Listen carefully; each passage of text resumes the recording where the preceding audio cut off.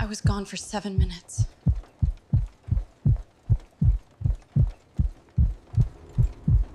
They called me dead.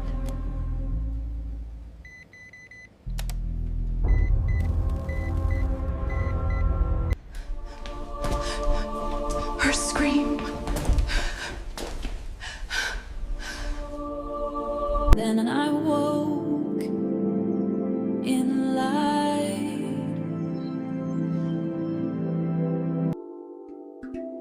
Not a dream. Not imagination.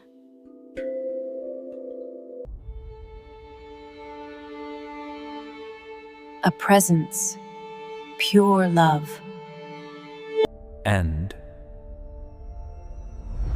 he spoke. You're not finished.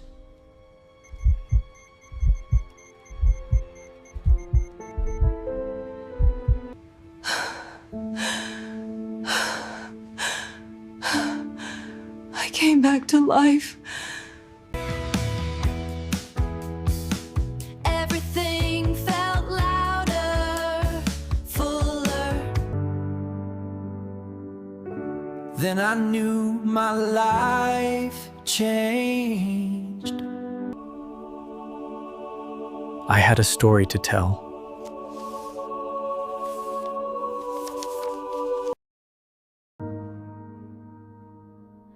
That's when I started to speak.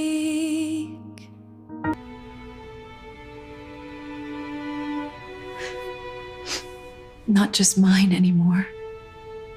Let's begin Scream together. that broke the silence of death. It all started with a scream. Not mine, not a personal wail of pain or despair. It was a primal cry, tearing through the sterile air of a hospital hallway. A mother's scream. My mother's, and, somehow, even on the brink of the abyss, I heard it. But before we dive into the depths of this journey, I need to ask you something. If this story resonates with your soul, if you feel a flame ignite within you in these next few minutes, please subscribe now to the Glorify Forever channel, because what you're about to hear isn't just a narrative, it's a calling, a revelation. I was slipping away, not in a dream, but into a cold stillness, an anesthesia that spread through every fiber of my being. The relentless rhythm of the machines around me slowed, one long beat. Then, the most absolute silence I had ever experienced. My heart had stopped, my body an empty shell, and yet, I heard her. That agonizing pain. My mother. She had just heard the words, no parent, no mother, should ever have to bear. We lost her. 7 minutes. That's how long I was gone. Dead. No pulse. No breath. My skin, cold as marble. My face, a pale portrait of absence. The doctors were already noting the time of death. In the hallway, my mother collapsed. A nurse held her, helpless, as her name, my name, was torn from her throat in a primal lament, as if the force of her love could snatch me back from the clutches of death. And then, I woke up, but not in a hospital bed. I awoke in the light. It wasn't the blinding glare of a spotlight, nor the familiar brightness of the sun. It was a presence, a living, pulsing, warm light that enveloped me like an eternal embrace. There were no walls, no floor, just a luminous vastness, and a peace, not the tranquility of a quiet room, but the overwhelming fullness of finally being home. I was 17, and to be honest, I wasn't much of a believer. Church was an Easter ritual, maybe Christmas. I might have prayed once, who knows? But there I knew, with a certainty that transcended all logic. It wasn't imagination, it wasn't a feverish delusion. I had crossed the threshold, entered something tangible, more real than anything I had ever touched in this world. And I wasn't alone. A figure approached. It didn't walk, it glided, it merged with the light itself, as if it were part of it. I couldn't clearly distinguish a face, but I felt, oh how I felt, a love that enveloped me like a blanket, that filled every void, every fear, a love that was the essence of everything. And then he spoke, not with words that reverberated in the air, but with a voice that echoed directly into my soul. You're not finished yet. Those words were like a breath of life within my spirit. I didn't want to leave. I didn't want to go back. That place was truth, peace, belonging. But in an instant, everything dissolved. My eyes snapped open in the hospital ward. The nurses recoiled, startled. My mother rushed to me, tears streaming down her face. I was back, gasping, my heart, an untamed drum in my chest, but alive, miraculously alive. Since that day, nothing has been the same. The world seemed different, more vibrant, sounds sharper, and life more fragile, more precious. Every tiny detail seemed to carry a profound purpose. I spent weeks in reverent silence, as if human words were insufficient, too shallow to describe what my eyes had contemplated. But then, urgency consumed me. I began to share, and each time I recounted my story, a new memory surfaced. Fragments of that place that didn't belong to this world. A space where time didn't exist, where there was no judgment, only pure knowledge and unconditional love. I remembered voices, voices of other souls. Some recognized me, others just smiled, with an ancient wisdom. We didn't communicate with words. It was as if our hearts spoke, directly, soul to soul.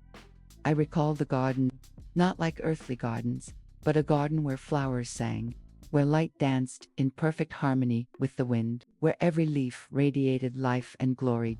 And, above all, I remembered the moment when the reason for my return became crystal clear. Someone still needed to hear. Maybe you. If you are watching this video, or listening to this story, it's not by accident. It's not a coincidence. You needed this reminder that there is something greater, something beyond, and that you are not alone, ever.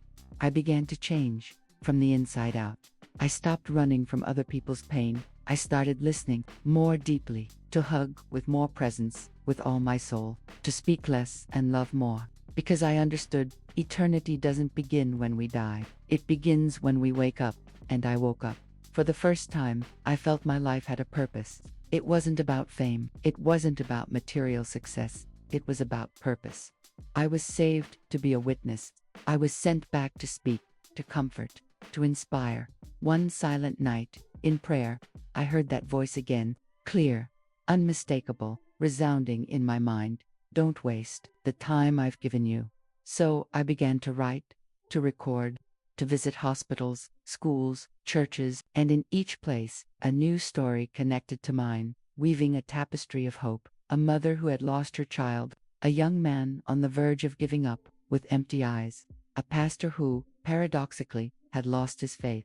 Each of them found solace in the words I brought from that place where only love exists, where hope is the prevailing currency. And now I am here, speaking directly to you. If you feel like life has lost its meaning, if you believe God is silent, distant, if you doubt that you are loved, that you have worth, I came back for you. You are seen, you are known, you are wanted by a God who never, ever stopped loving you.